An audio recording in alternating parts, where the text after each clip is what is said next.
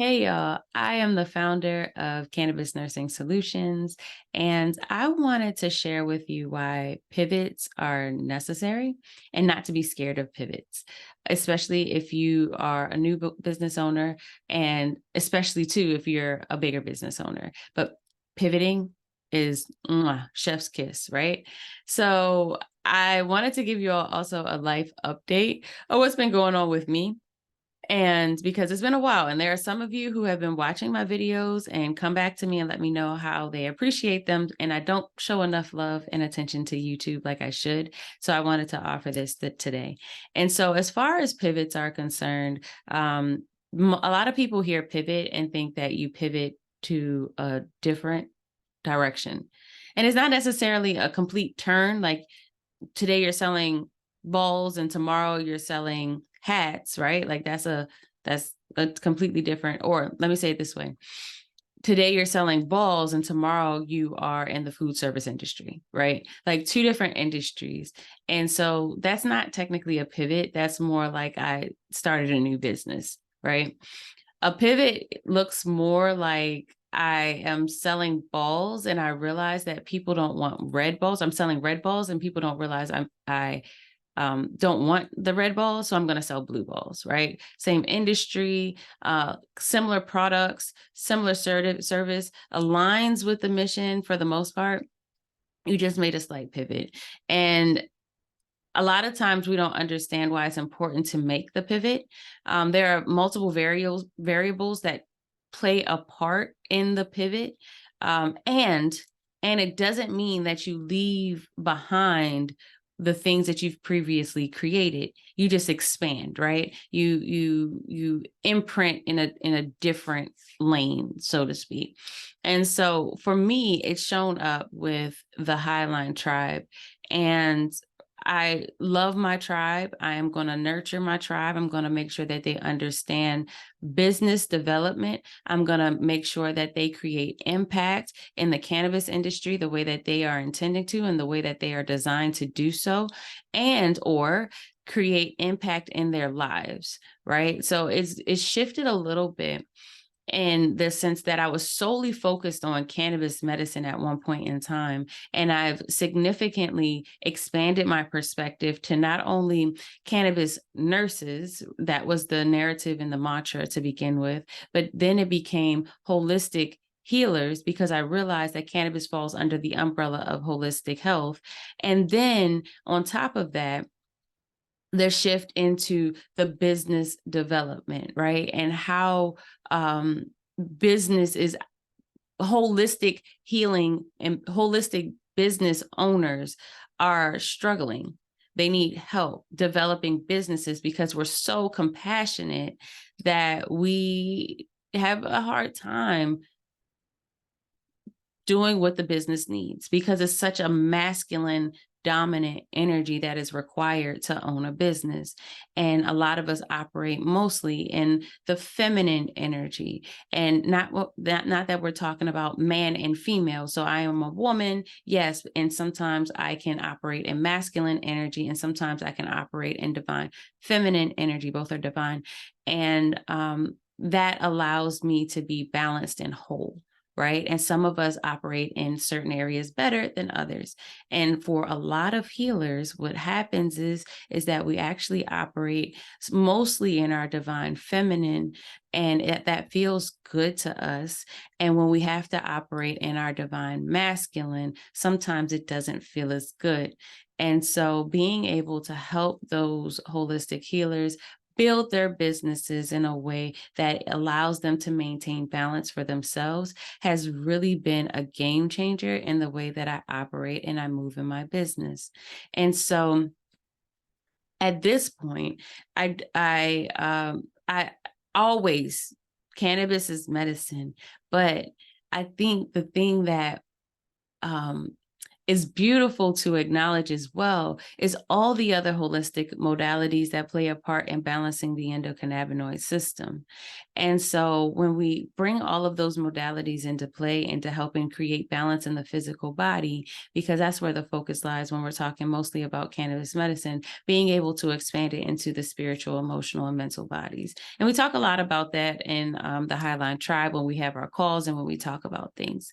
And so when the tribe, I'm sorry, y'all, and I'm not editing this either, but when we bring our whole selves into our business, like, let me give you an example. One of the things when I was speaking to one of my clients last week, or yesterday actually, she mentioned when I do my introduction, it includes improv.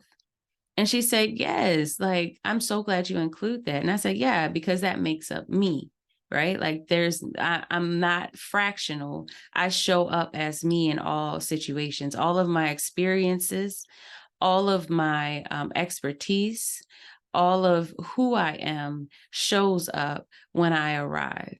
And sometimes as my experiences shift, so do I. I begin to shift. And when I show up, my certain expertise or ideas or concepts are highlighted during that time. And so right now, for me, the thing that's highlighted in where in the direction that I'm moving is through my ability to organize, my ability to amplify visions, and my ability to optimize or make things more efficient, right? I do that naturally, and it feels good to do it. And so sometimes I always question, because my background is in nursing. And so one of the things that I struggled with earlier in my career is when I chose the nurse education route, got my master's degree, something that I heard was, oh, you're not going to be a nurse anymore, because I wasn't necessarily clinical. I was never designed to be clinical, right? I did it because I had compassion. I knew that I cared for people and I love people. I knew that I wanted to see the best version of themselves. I really wanted to fix and heal people. The way that our hospital and healthcare systems are set up, it's not designed for us to truly heal them, right? We have solutions, we give them band-aids, we give them pills, we give them medicine, and there's a place for that, but that's not where my expertise lies. And so early on, I discovered that being a preceptor felt good to me because I like to watch the development of the person who I was precepting, and that's what led me to my master's in nursing education. Fast forward, bloop, bloop, bloop, bloop. I ended up in performance improvement. I ended up in the cannabis industry. I ended up being featured in High Times. I ended up writing books. I ended up doing all these things, right? And they're all great things, but they are all part of the journey and the path to making things so. And I can actually coach. I've actually offered and have coached a lot of people on how to do some of these things, from writing books, how to get in the cannabis industry, learning about cannabis medicine, building. I've coached in all these capacities. And so recently I've shifted a little bit more into the holistic life coaching space as far as how I am coaching, because really it's all about how you integrate life together. That's actually the thing that I've done very well for myself and have seen results in for other people.